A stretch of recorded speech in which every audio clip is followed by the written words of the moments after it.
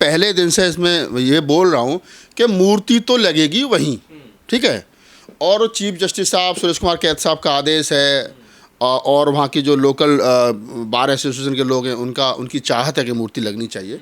और फिर लगनी भी क्यों नहीं चाहिए कि भाई जब सुप्रीम कोर्ट में बाबा साहब की मूर्ति लग सकती है, राष्ट्रपति द्रौपदी मुर्मू उसका उद्घाटन कर सकते हैं, डी.वाई. चंद्रचूड़ जो चीफ जस्टिस ऑफ इंडिया थे वो उनकी निगरानी में, उनकी देखरेख में मूर्ति लग सकती है, तो चीफ जस्टिस सुरेश कुमार कैद साहब के आदेश के बावजूद भी ब्राह्मण वहाँ मूर्ति नहीं लगने दे रहे हैं।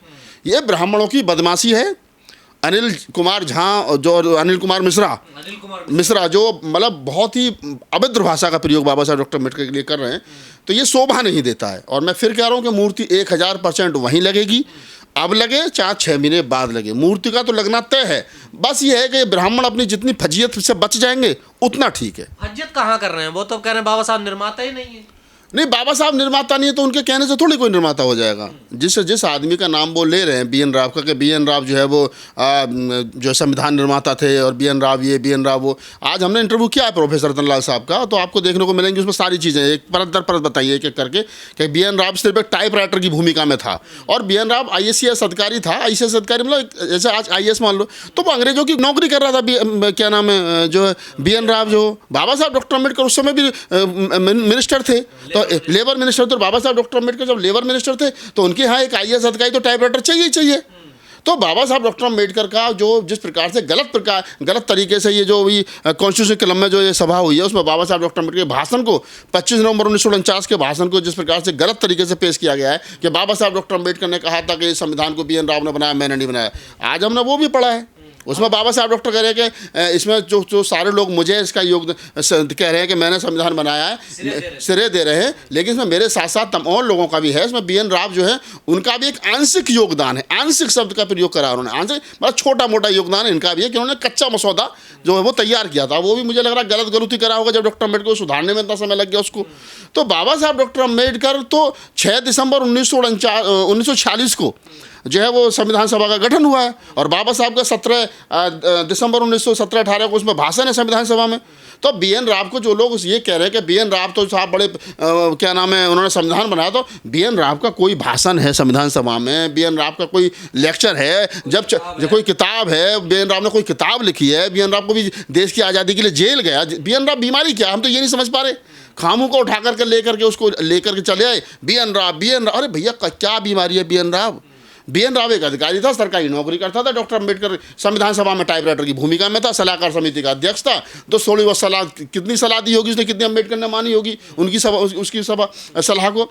तो ये क्या है कि डॉक्टर अम्बेडकर के खिलाफ एक षड्यंत्र किया जा रहा है और डॉक्टर अम्बेडकर को बदनाम करने की कोशिश की जा रही है। और मैं तो फिर कह रहा हूं कि जितने लोग भी डॉक्टर अम्बेडकर की को इस मामले में इन्वॉल्व हैं और ये जो हमारे वाले जो संगठन चला रहे हैं, जितने भी लोग हैं, इनकी भी जिम्मेदारी बनती है कि कम से कम सोशल मीडिया पर आएँ, बोलें और इनको कम से कम नंगा करें उन लोगों को जो लोग डॉक्टर अम्बेडकर के खिलाफ ये षड्यंत्र चला रहे हैं। आज भीम आर्मी की एक बड़ी रैली है वहाँ पर ग्वालियर में, क्या उसका कोई असर पड़ेगा? देखिए, लोकतंत्र में सर गिने जाते हैं हमेशा, ये ध्यान रखना आप, हाथ गिने जाते हैं।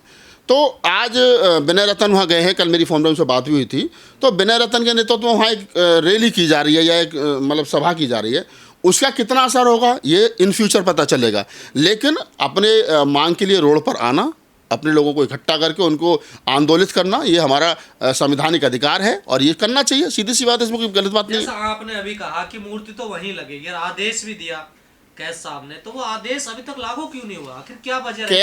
कैद साहब इस आदेश को 1 महीना पहले कर देते ना, तो शायद मैं कह मूर्ति उन्हीं के देख रहते लग जाती। लेकिन कैद साहब ने, क्योंकि उनकी 20-21 तारीख में रिटायरमेंट थी और 9-10 में शायद वो आदेश हुआ है और 11 को मूर्ति लगनी थी। उसमें क्या नाम है जो मध्य प्रदेश के गवर्नर साहब हैं वो उनको भी आना था। हाँ, कार्यक्रम पूरा तय था, कार्ड छप चुके थे। लेकिन जैसे ही मूर्ति लग वहाँ पहुँची तो ब्राह्मणों के पेट का पानी हिलने लगा कि अम्बेडकर यहाँ हमारी छाती में फिर खड़ा कर देगा, जो इनको रोज़ कहीं ना कहीं सपने में भी आकर के परेशान करते हैं। तो डॉक्टर अम्बेडकर से दिक्कत है। और फिर डॉक्टर अम्बेडकर की मूर्ति ना लगने के बाद में फिर उन्होंने ये बी.एन. राव को नया एक शकूफा लिया है कि ये बी.एन. राव, ये तो डॉक्टर अम्बेडकर तो संविधान निर्माता ही नहीं है। अब तक तो दिक्कत ये थी कि डॉक्टर अम्बेडकर ने संविधान लिखा और अब ये नया तो बिल्कुल डिनाई कर दिया कि डॉक्टर अम्बेडकर ने संविधान लिखा ही नहीं है। अब कर लो दलित, तो क्या करेंगे सब लोग? अब क्या करोगे तुम? जब ब्राह्मण जब पंडित जी ने कह दिया कि भाई डॉक्टर अम्बेडकर ने संविधान नहीं लिखा, बी.एन. राव ने लिखा है, तो उसका जवाब तो देना पड़ेगा ना। अब जवाब दे कौन रहा? कोई नहीं दे रहा। हम दो बोल रहे हैं, तल्ला सर बोल रहे हैं और एक दो बोल रहे हैं, ठीक है, क्योंकि किसी के पास कुछ है ही नहीं प्रूफ। लोग कह रहे हैं इस मुद्दे को ज्यादा न बढ़ाया जाए। नहीं बढ़ाया क्यों ना चर्चा जाए? का विषय बनाया जाए इसको। एक आदमी को जबरदस्ती डॉक्टर अम्बेडकर के सामने लाके खड़ा किया जा रहा है, उनके कद के बराबर, और ब्राह्मण कह रहे हैं कि हम ये नहीं कह रहे डॉक्टर अम्बेडकर की मूर्ति मत लगाओ, हम ये कह रहे हैं कि BN राव की मूर्ति डॉक्टर अम्बेडकर से बड़ी लगाओ। मतलब डॉक्टर अम्बेडकर से बड़ी मूर्ति BN राव की ब्राह्मण लगाने के लिए कॉन्स्टिट्यूशन क्लब में सभा कर रहे हैं, और गलत डॉक्टर अम्बेडकर पर गलत टिप्पणी कर रहे हैं, तालियां बज रही हैं, डॉक्टर अम्बेडकर का अपमान हो रहा है, ब्राह्मण ताली बजा रहे हैं, फूले साहब को ईसाई बताया जा रहा है उस सभा में, और तमाम वीडियो हमने चलाए चल पर लोग जो है वो मतलब बोल भी नहीं रहे। हम बोले भी नहीं भाई, हमारे सामने डॉक्टर अम्बेडकर का हिंदुईकरण हो, हमारे सामने फूले साहब को गालियाँ दी जाएँ, हमारे सामने ये कहा जाए कि डॉक्टर अम्बेडकर से बड़ी मूर्ति BN राव की लगेगी, और हम लोग बैठे बैठे तमाशा देखते रहें, तो तूल देने वाली बात नहीं है, ये बताने वाली बात है कि डॉक्टर अम्बेडकर के मानने वाले लोग, उनको पढ़ने लिखने वाले लोग, बाबा साहब के औलादें, अब इतनी नाम पुस्तक नहीं है कि किसी भी कोई भी आदमी डॉक्टर अम्बेडकर के सामने आकर के खड़ा होगा और ये कहेगा कि डॉक्टर अम्बेडकर से बड़ा, वो संभव नहीं है। तो वो भी तो कह रहे हैं हम कहाँ बाबा साहब का विरोध कर रहे हैं, लेकिन बाबा साहब की मूर्ति का गलत उपयोग कर रहे हैं लोग लगाने वाले। भाई साहब, बाबा साहब का विरोध नहीं करे, क्या गलत उपयोग करो भाई? Chief justice of Madhya Pradesh Suresh Kumar Kait, जो वो अनिल मिश्रा जी अपने भाषण में कह रहे हैं कि जाति विशेष के जो है वो चीफ जस्टिस आ गए वहाँ। अरे भाई, जाति विशेष के इससे पहले कोई तो दूसरी जाति को उनकी जाति बताएगी कभी नहीं ना। तो क्या है ना कि उसमें इनडायरेक्ट वे में चीफ जस्टिस सुरेश कुमार कैथ साहब की जाति को भी टारगेट किया जा रहा है, बाबा साहब डॉक्टर अम्बेडकर को भी टारगेट किया जा रहा है, और बाबा साहब डॉक्टर अम्बेडकर की मूर्ति वहाँ नहीं लगने दोगे तो क्यों नहीं लगने दोगे भाई? अब भाई ये बताओ, डॉक्टर अम्बेडकर कानून के उन्होंने संविधान बनाया है, और वो संविधान से चलने वाली क्या नाम है कोर्ट है, तो उस कोर्ट में डॉक्टर अम्बेडकर की मूर्ति क्यों नहीं लगी? इन ब्राह्मणों ने कितनी बार राजस्थान जो हाई कोर्ट है उसके सामने जो मनु की मूर्ति लगी है, उसके लिए क्या नाम है कितना इन्होंने कोई विरोध करा, कोई आंदोलन चला इन्होंने? कभी आधी आबादी महिलाओं को पीटने की बात कहने वाली, मनुस्मृति को लिखने वाले मनु की मूर्ति क्यों लगी है वहाँ पे? सोचने वाली बात है ना। कैथ साहब से कोई यहाँ गलती हुई है? देखो, ये तो मैं नहीं कह सकता उनके बारे में, हम वो बड़े सम्मानित पद पे थे, हैं, और आगे मतलब थे, और अपने ऑर्डर को इम्प्लीमेंट नहीं करा पाए ना। देखिए नहीं ऑर्डर वो अगर रहते वहाँ पर और 1 महीना मैं क्या करा, अगर 1 महीना और कैथ साहब रहते तो उन्हीं की देखरेख में मूर्ति लग जाती, लेकिन उनके जो है वो रिटायरमेंट के नज़दीक थे, उस समय उनका ऑर्डर हुआ। अब कितना हुआ, अब सारी जिम्मेदारी कैथ साहब की थोड़ी है, और लोगों की भी तो जिम्मेदारी है भाई। उस इलाहाबाद हाई कोर्ट में, उसमें sorry Madhya Pradesh high court में क्या कैथ साहब के अलावा कोई दूसरे दलित जज नहीं है? और भी तो होंगे ना।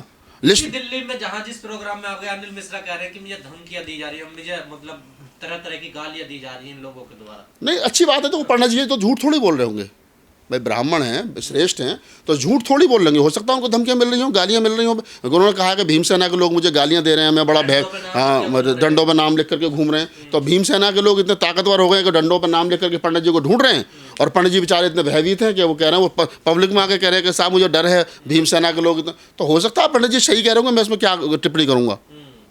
तो जो आज रैली हो रही है, तमाम जो आप लोग आजकल जो बात कर रहे हैं, क्या इसका निष्कर्ष निकलेगा या नहीं निकलेगा? नहीं, देखिए बिल्कुल निकलेगा 100%। मैंने एक लाइन में कह दिया, मूर्ति 1000% वहीं लगेगी। ये सारे लोग विरोध करने वाले लोग सह सम्मान में मूर्ति को लगवा दें तो इनका भी सम्मान बना रहेगा, और अगर ये नहीं लगवाएंगे तो रास्ते और भी बहुत सारे पंडित जी कुछ तो कह ही रहे हैं कि हमारे डंडों पर नाम लिख करके घूम रहे हैं। तो मैं ये तो नहीं कह रहा डंडों पर नाम लिख के घूमो, लेकिन जो लोग घूम रहे हैं मैं उनका भी विरोध नहीं कर रहा, और जो लोग मूर्ति को नहीं लगने दे रहे हैं मैं उनका भी विरोध कर रहा हूँ। जो नए चीफ आए हैं, चीफ जज आए हैं, क्या वो कुछ इसमें कर सकते हैं? बिल्कुल करना चाहिए, कोर्ट का आदेश है। तो उनके कैथ साहब की जगह पे जो दूसरे जज साहब वहाँ आए हैं चीफ जस्टिस, उनकी जिम्मेदारी बनती है कि जो कोर्ट का ऑर्डर है तो उसको लागू करवाएं, पूरा करवाएं उसको।